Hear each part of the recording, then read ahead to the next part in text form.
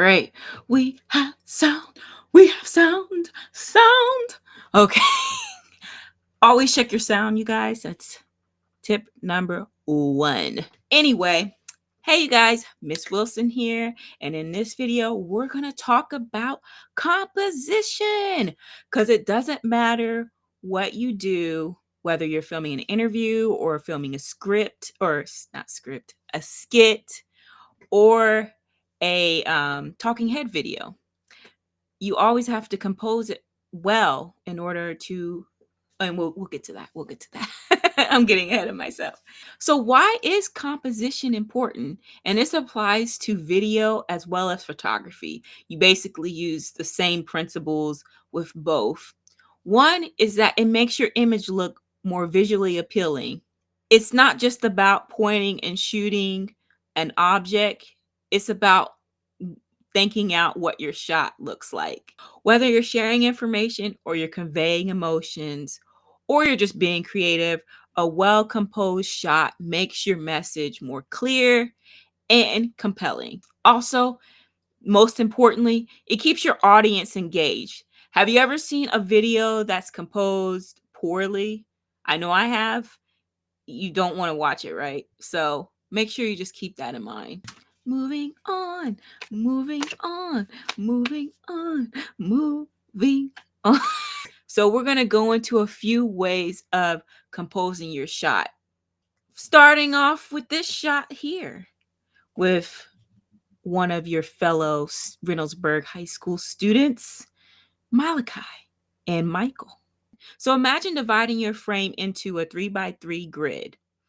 And really, what you want to do is you want to place the key elements, which is Malachi and Michael, on the lines or the intersections of your frame. So as you can see with this yellow line here, you see their heads are pretty much at the intersection. Malachi is pretty tall, so he's not exactly at the intersection, but you get the idea. So I like to refer to this as off-center framing. That's basically what it is. That's just an easy way to remember it. So basically it makes your image more balanced and engaging as far as composition.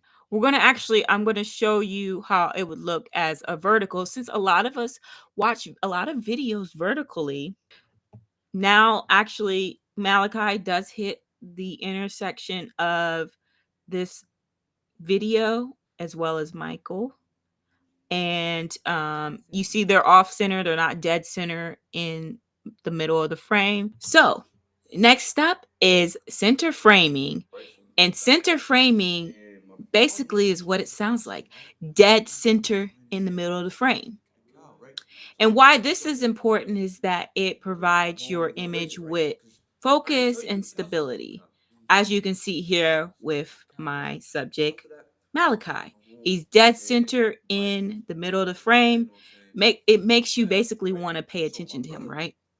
So these are all usually good for videos that are like talking head videos or like interview videos. Um, Depending upon what the vibe is of your video.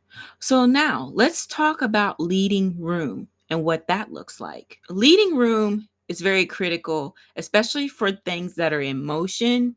The biggest thing is that you want to create space between the subject and where they're walking or moving towards, because it's really jarring if the viewer doesn't know what to anticipate in terms of where they're walking towards, like in this clip that I'm going to show you with Malachi and some of his friends. Okay, so as you can see here, they're walking down the hallway. I give them just enough space so that you can kind of anticipate where they're going. So I wanted to show you what this looks like when you don't have any kind of leading headroom. So again, they're walking down the hallway and then scene. So lastly, we're going to look at headroom. And with any video that you have, you want to make sure that you allow enough headroom between the subject and the top of the frame.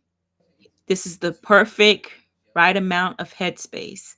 Not too much. I could probably have went up just a little dash just because of his hat, but perfect amount, not too much, not too little.